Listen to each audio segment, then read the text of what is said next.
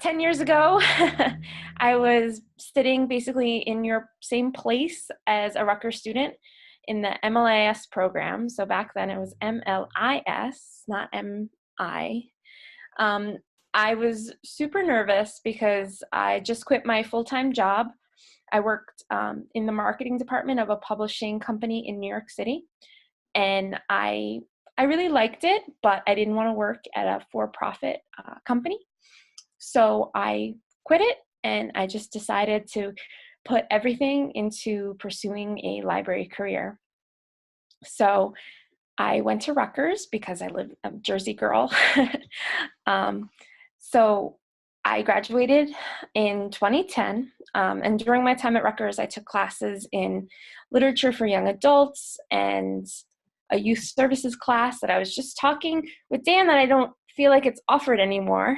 But I did have, when I went through the program, I had the intention of working in a public library with either teens or adults. So I tried to take classes that, fit with that track. I graduated in 2010, but I didn't land my first professional library job until 2011. So it took me almost one entire year to get a professional job. In 2010, the jobs for librarians were few and far between in the public in public libraries in New Jersey. There were a lot of hiring freezes after the recession. And it just, I would sit there and look for job postings, and one would come out a week. I just looked today on the NJLA job hotline, which is a great resource for you to use while job hunting. It's njla.org, and then you can just find the job hotline there. And I saw, I think, 4 or 5 new postings today. So that's just in 1 week. So it's not amazing, but it's better. So I applied for everything I could find that would be working with adults or teens. I didn't get many interviews. I didn't get many offers. So it was really rough. And I spent a lot of time thinking, was this the right decision? I just threw so much time and money into my graduate school. I thought that this would be a great career opportunity for me, but now here I am almost a year later, and I couldn't find anything. So I made a few mistakes. One of them was not having a paid position in a library while I was in library school. I think that any position, either a shelver or working at the circulation desk would be a good experience for you, just to if you want to work in a public library. It opens it up to more connections, and it lets you network with your colleagues. We have, of course, Chelsea, who's a library school student, and another library school student at my job in Rahway. And, it's great to have them.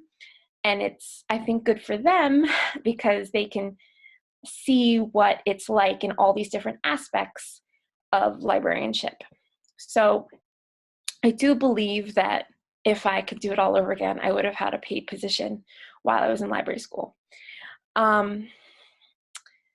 So I was very discouraged, and I did make a promise to myself that if a full year had passed between when I graduated library school and I didn't have a library job, I was going to go into the management program at Starbucks.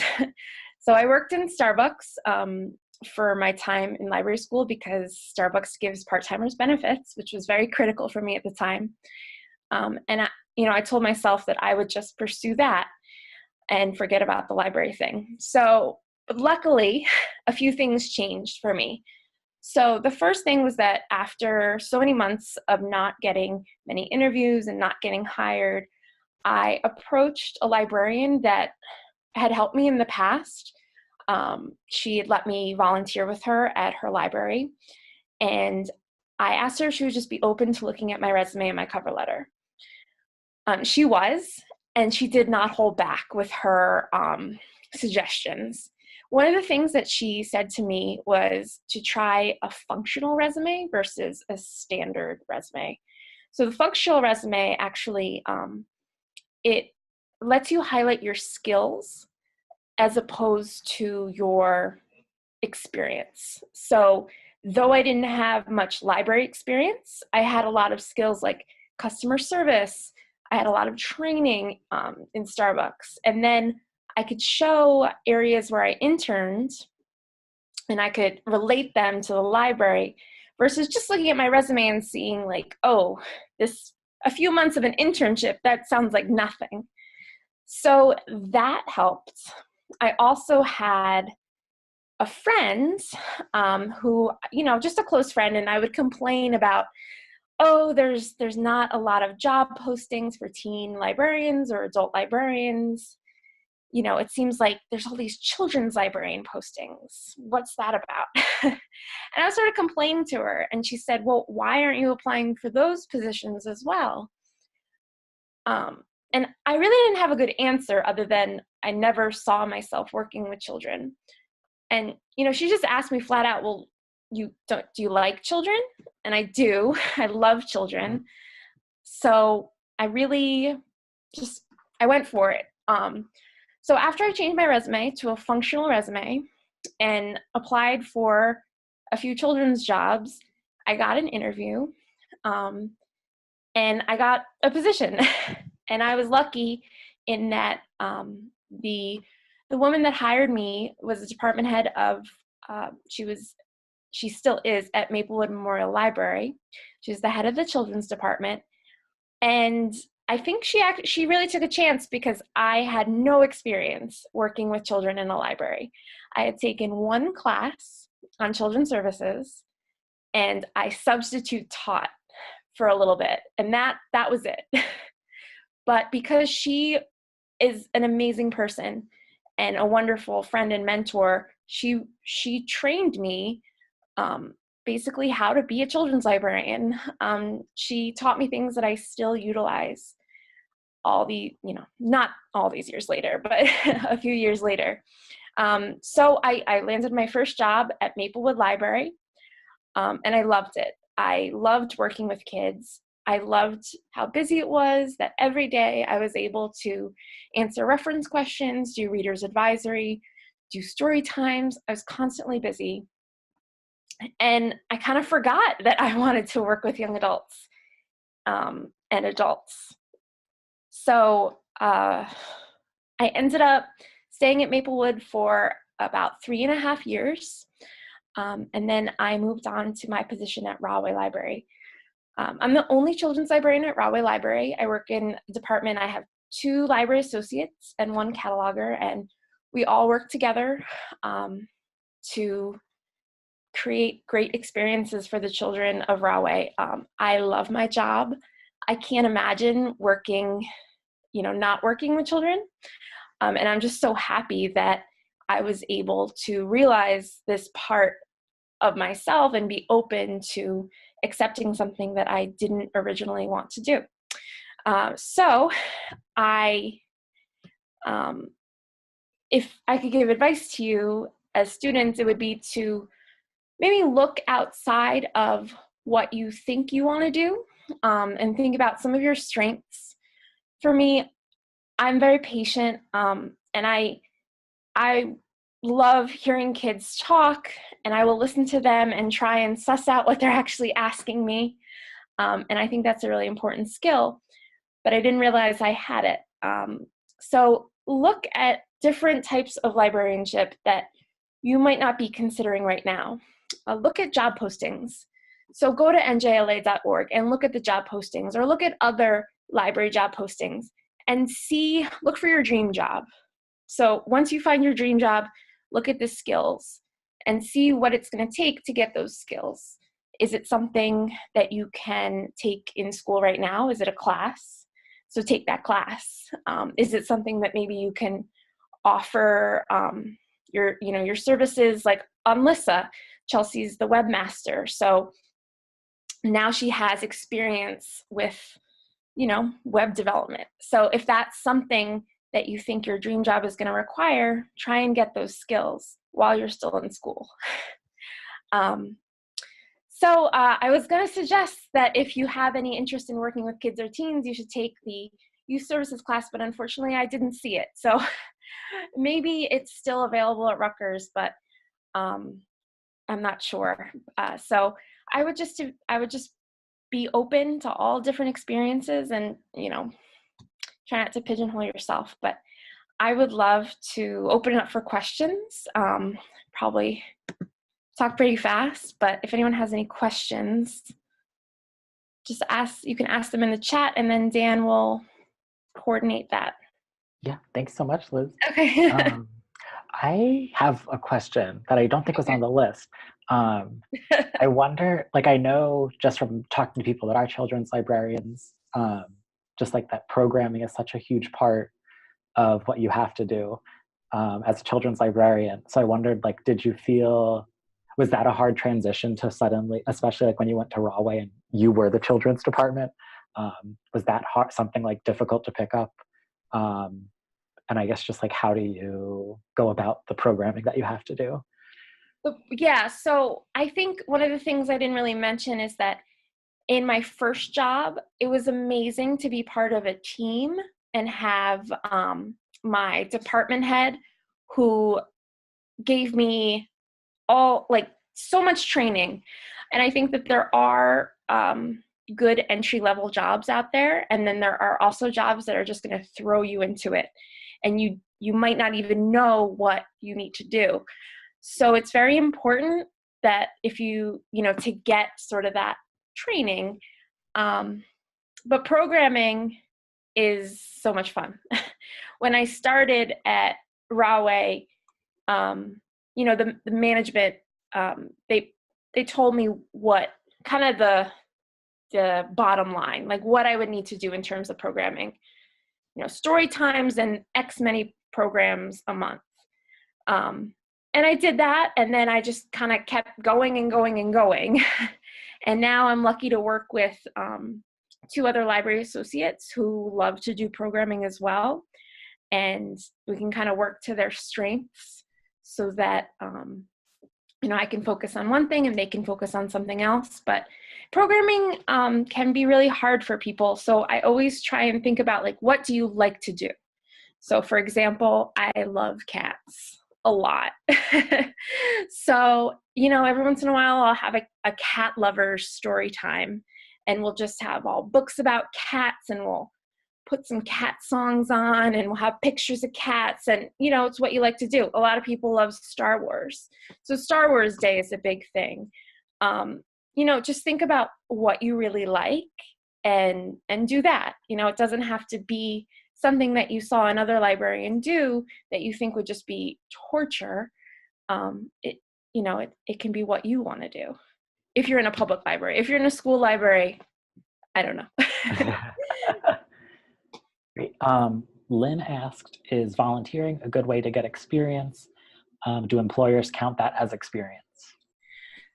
It depends. So I think volunteering is a good way to get experience if you can't get something paid. I think something paid would be the best. I just saw a job posting on the NJLA for like a library intern. So they actually would pay you and know that you're in library school, and that's a great opportunity to have. I saw something else where you'd be working at the circulation desk for 12 hours a week.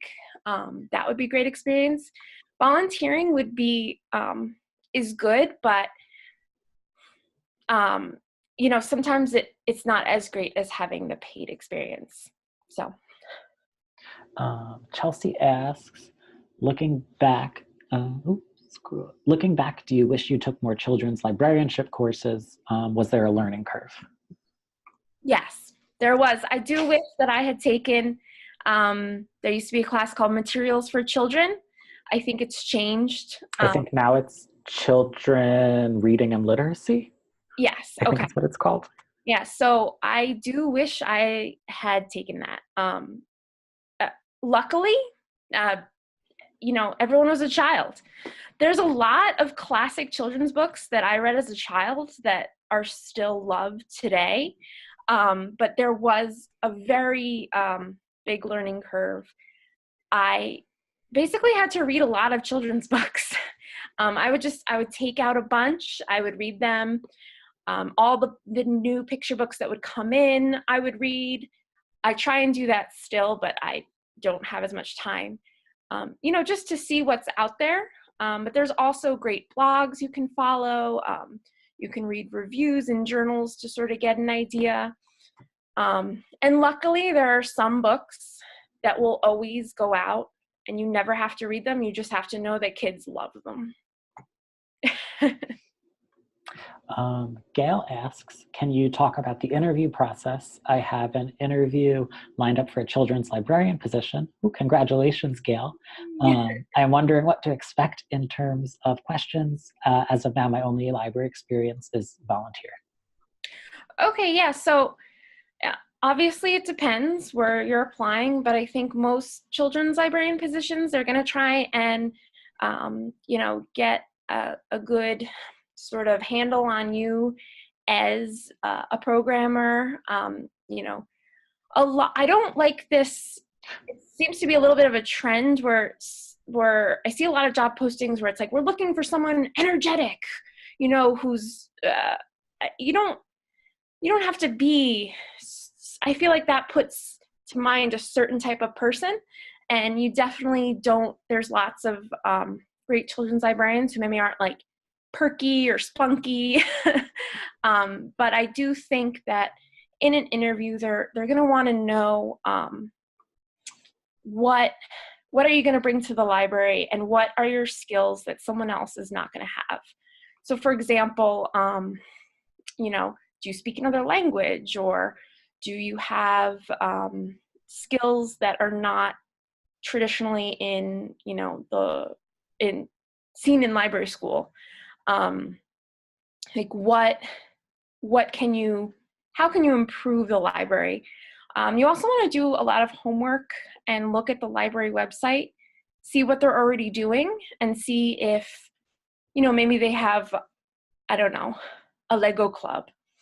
And maybe do you have any ideas for that? So you want to do research, you want to know about the library. Definitely read their mission statement and read their strategic plan. If you can quote from their strategic plan, you're going to wow them. They're really going to see that you're doing work. So they probably will have things on their strategic plan about children and children's services. So you want to research that. Eden asks, this is really also, my cat woke up and he's here with us. Oh. This is really specific, but how did you organize your functional resume? Did you use headings such as customer service and then list customer service oriented jobs? She has another question, but that's the first part. Yeah. Yeah, so with a functional resume, you want to list, you want to have headers. So I think I organized it into, and I wish I looked. Now I don't use a functional resume anymore because I have more work experience. But I did organize it, I think, into, you know, technology, customer service, skills. But you want to have, and so then you want to, underneath that, say technology, you might want to say, you know, developed a website for blah, blah, blah, or led computer classes for over 100 adults. You want to use specifics, and then at the bottom, you can have this really tiny, tiny spot about your actual work experience. And it just lists, you know, where you worked and what your title was. And then Eden's second part was, did you ever consider part-time library work when you were having a hard time finding a full-time job? Yes, I did. And I did apply. At first, I wanted just full-time. And then when I couldn't get that, I applied for part-time.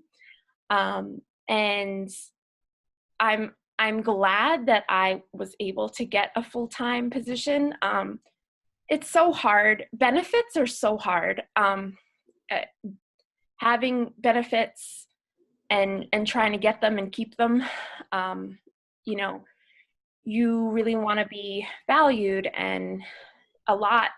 There's, in my opinion, there's too many part-time library jobs, but you know, there's a whole world of issues because of that, you know, budgets and everything. So a part-time library job is better than working at Starbucks, you know, for your career. You could do both. And there's lots of people that do that. They manage 2 and 3 jobs. So until you can find something full-time, then that would be a good suggestion. Chelsea wonders, what type of networking do you participate in as a librarian? Oh, okay. Well,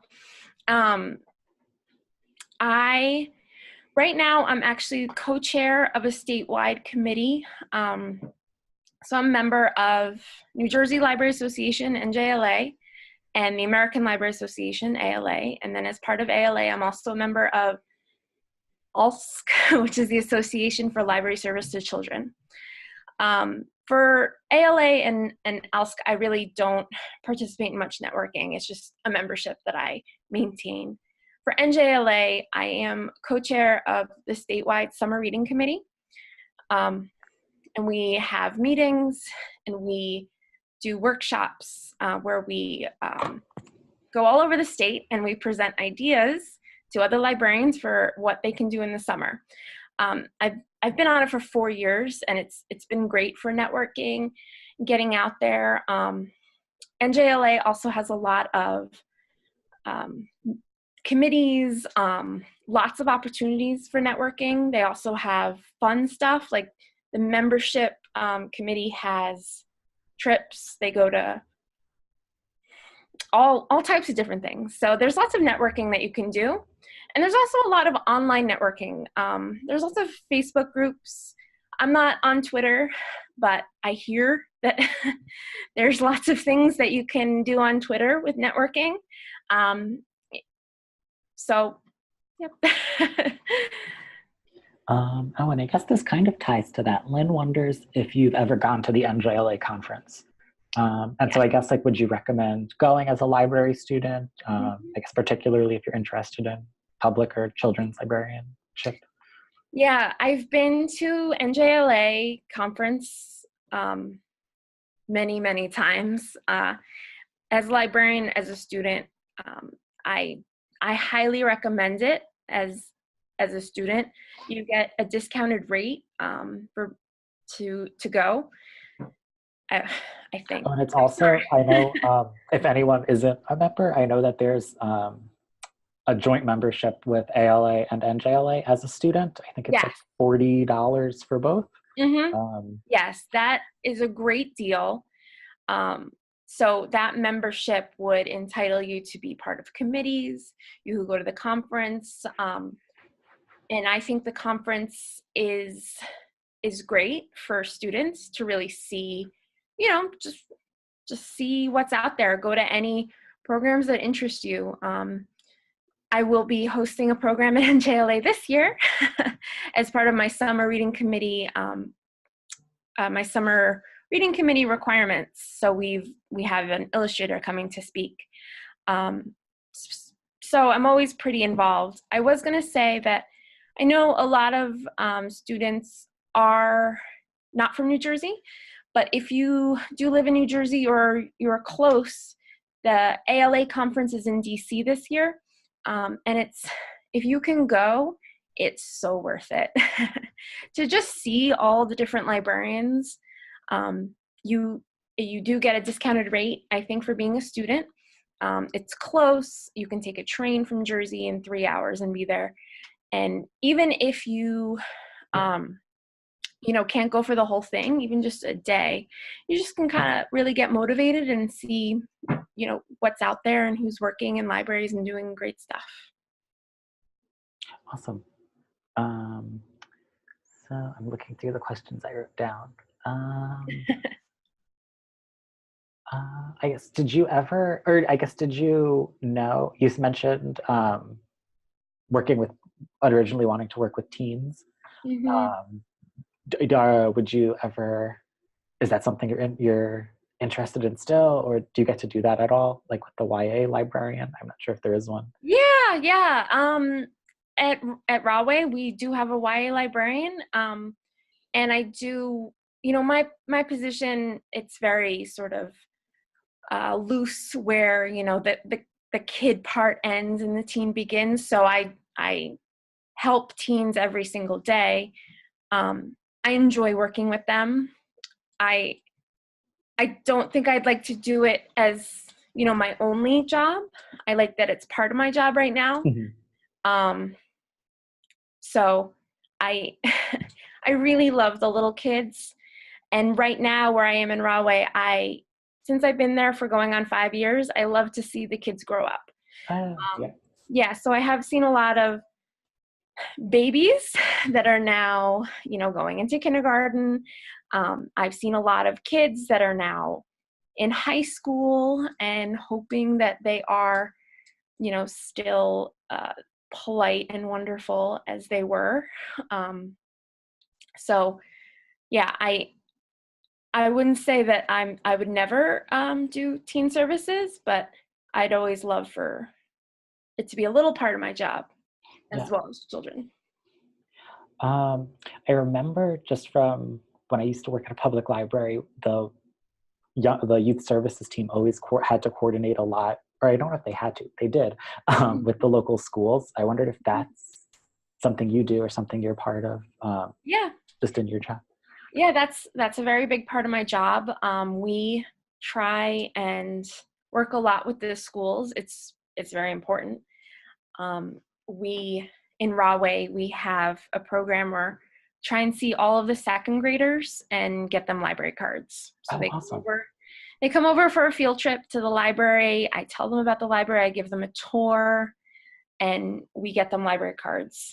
And that way, they can see me and get to know me. And here comes my cat on the table. Okay. So I think it's always he's going to come around and stick his butt. Oh, there he goes. All right. He just needed to do that. Sorry, everybody.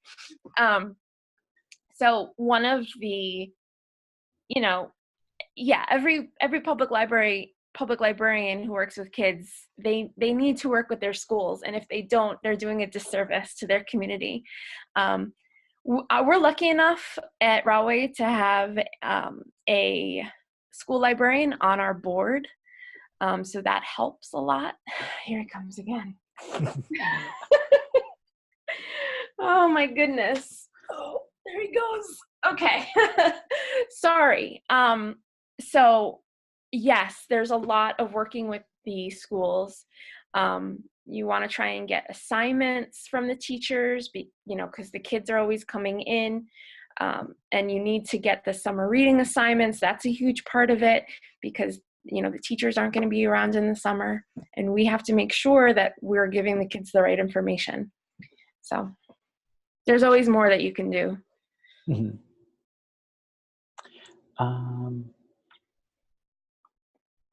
And if anyone else has more questions, feel free to put them in.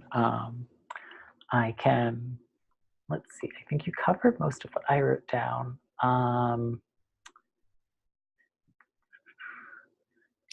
Here's a question. Do you try to connect specifically with the school librarian or the teachers when you're doing that? Usually I try and go through the school librarian, or sometimes I will go through the principal or whoever I know.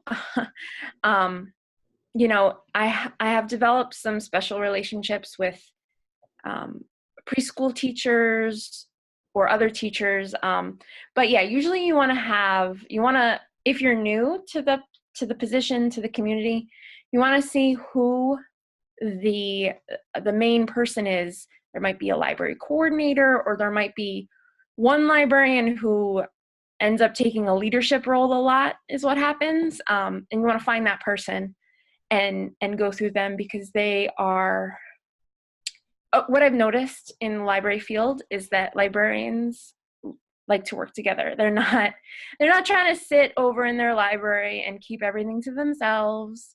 They want to work with you, but it needs to be easy for them. And school librarians especially are super overworked. So the more that you can do, I try and email the school librarians and I say, hey, this is what we're doing. Here's a flyer. The easier you can make it for them, the better.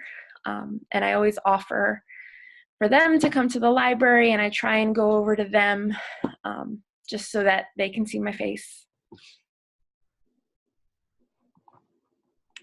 We asked about classes. I guess since you talked about skills for working with youth, and I guess it might be some of the same, but any like specific skills or classes that you would recommend just for public libraries in general? Yeah, I think a great class to take if you want to work in a public library is management. Okay. It comes up a lot, and my management class was very helpful, even in dealing with the public, kind of getting to know like your management style and understanding, how to be assertive, because a lot of times you might be the children's librarian, but then at night you're the librarian in charge. So you're the manager. And so you need to get some skills to have for dealing with that. And I think management is a great class to take. Awesome. Eden asks, do you ever consider becoming a school librarian? I've considered it, definitely, earlier in my career. Right now, as it is, I'd have to go back. So I have, the master's in library science. I would have to go back and get a lot more credits to work in a school library. So I'd have to get a lot more education credits. And just for me right now, it's not something I'm interested in. I have a job with the state library. I have my pension. It's just not something I'm considering, but it's always good to know that I can go back to school and get that if needed. Mary Beth asks, do you offer anything in terms of outreach services to local preschools? For example, materials in the form of book kits? We do lots of outreach actually in our community. We just started. There's every 3-year-old and 4-year-old can get free full day pre-K in Rahway. So that's been a big change. In the past, we used to have all the different preschools come in and set up a story time and come to the library. And now it's a little bit different because they're in the full day school. So we're sort of, and this is a recent thing. So we're trying to work together to have more outreach with them. We don't currently offer book kits, but I do offer any teacher can email me and I will put together a stack of books for them on any theme. Lynn asks, how far into your degree do you have to be before you can apply for a librarian position? Can you start applying before you graduate? Or how far are you in to be considered for a librarian position? Yeah, so if you're applying for your, like a professional librarian position, I think you could start applying as soon as your last semester of library school. And, you could say in your cover letter, I anticipate graduating in May or in December. But I am applying. I've known people that have been hired when they were still in library school, and then they're hired at a lower rate. And then once they get the degree, their salary will go up. But also, you can always apply for other positions in a library, library associate, library assistant. Many postings you'll see, and I forget where I've seen this, but they'll say that they are open to library school students, and they will list a rate for library school students and a rate for librarians. So if you see that, apply for that. That's great because they're open to you as a library school student. They'll also pay you less, which might be beneficial for them. Awesome. You're welcome. Oh, I had a question. I know that I'm not sure what your background is in terms of like the tech and coding and that type of stuff, but I know that that's such a big push just in terms of like programming, like across all levels, like even at the college level, like somehow incorporating tech. So I wondered if that's something you're encouraged to do, you're trying to do, and like what the sense is of that. That's definitely something I struggle with. I love story times and, doing crafts and stuff. And I don't really do as much of the coding because it's not something I have a huge background in. So anytime I've done coding in the past, I sort of have to learn it, along with the kids. And it's not something that I really love to do, if I'm being honest. But I think that if you're in library school and if you can get that experience in a class that, do that, there's so many free resources too, so many free classes you can take in coding. And I don't know why I haven't done it myself, but, luckily we have some other people on staff that are a little bit more open to that and are willing to kind of do those sorts of coding programs. So yeah, I kind of wish that I were a little bit better with that sort of thing. But I'm excited to see what the rest of the staff can come up with. Oh, this is a great question from Chelsea. Are there any particular programs you've done that stand out to you as a success? Ooh, let's see. There's so many things that, everything is a learning opportunity. And a lot of times, even if you don't think a program is a success, maybe the kids remember it. Recently I hired a performer to come to the library, and I thought it was just not great. But a little kid, they keep talking about it. They loved it, and I was like, really? But I think I'm trying to think of some successes. We've had, one of the things I'm most proud of is when I started at my position at Rahway, we had less than 20 people who would come to story time. We have a once a week story time, and we'd get a few kids, and it was fun.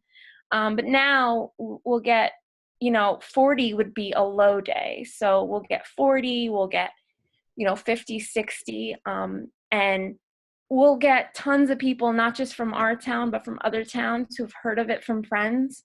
And they come, and it's not only just the story time, it's actually the socializing afterwards. And so we'll have a story time, we'll have a craft, and then parents and kids just stay at the library until lunchtime. And it's amazing to see all of their relationships that are formed. And we are lucky that we have the room for this, and that we can provide, toys and just a great space for the people to be comfortable enough. But that is something that I've seen in my time. And one of the things that I'm most proud of, even though it's not really it's hard to pinpoint, it's not, oh, you had 200 people for this program. It's more like a weekly thing, but it's a weekly regular thing. Awesome. Unless anyone has any other questions, that's all I have. If you have anything, final words or anything, Liz, or? Well, I just want to say, if you do think of anything, please feel free to contact me. I can type my email address if that would be helpful. Oh, that would be great. Yeah, let me just shoot it in the chat here. I'm always open to, you know, anyone who's, librarians are so, we just, you know, people help me and I'd love to pass that along. So I'm very willing to, you know, answer any questions that might come up later. And I don't know, I just want to say that I think you're in a great position. I think that, you know, the library field is really fun and exciting. I think it's a great place to be. And I just really, you know, look forward to meeting all the new librarians that come out of Rutgers. Awesome. Thank Thank you. you so much for taking your time out of your night to do this and talk to us. And this was amazing. Sorry about my cats. Thank you. No, that was fun. It was a nice little cameo in the chat. Okay. Yeah, thank you so much. Oh, and just while we have everyone, just to let everyone know what LISSA's planning, we're planning to, I mentioned it to a couple of people at the beginning, but thank you all for attending. And we're planning to have a kind of library careers advising day in April. And while I have everyone here, we're thinking of possibly doing it on like a Saturday afternoon after talking to career services so that people, if they wanted to, could attend in person. We'll have some virtual components. If anyone has any ideas or suggestions or requests, feel free to email me. I can put my email in the chat too, both about that day and other things that you'd like to see from LISSA. And we're hopefully going to have another similar web talk like this in April. And what else? Oh, if anyone does attend NJLA, we're working with the president from, and Liz, feel free to come. We're working with the president from last semester, Lisa, to try to host like a Rutgers get together at NJLA. Oh yeah, they usually have something like that. So yeah. If you do, I'll be there. I'll be there. Yeah. Just come and say hi. Yeah, say hi. And we'll be doing an MI faculty award that will be just soliciting responses for. You can nominate a professor who'll get this award at kind of the Sky Award ceremony in May. So just be on the lookout for that email and please submit someone's name who you'd like to see get this award. But there's my email in the chat. And thank you, Liz. Thank you, everyone, for coming. Hope you all have a good night. And feel free to email me with any questions you have. Hope everyone has a good night. Okay. Bye. Bye.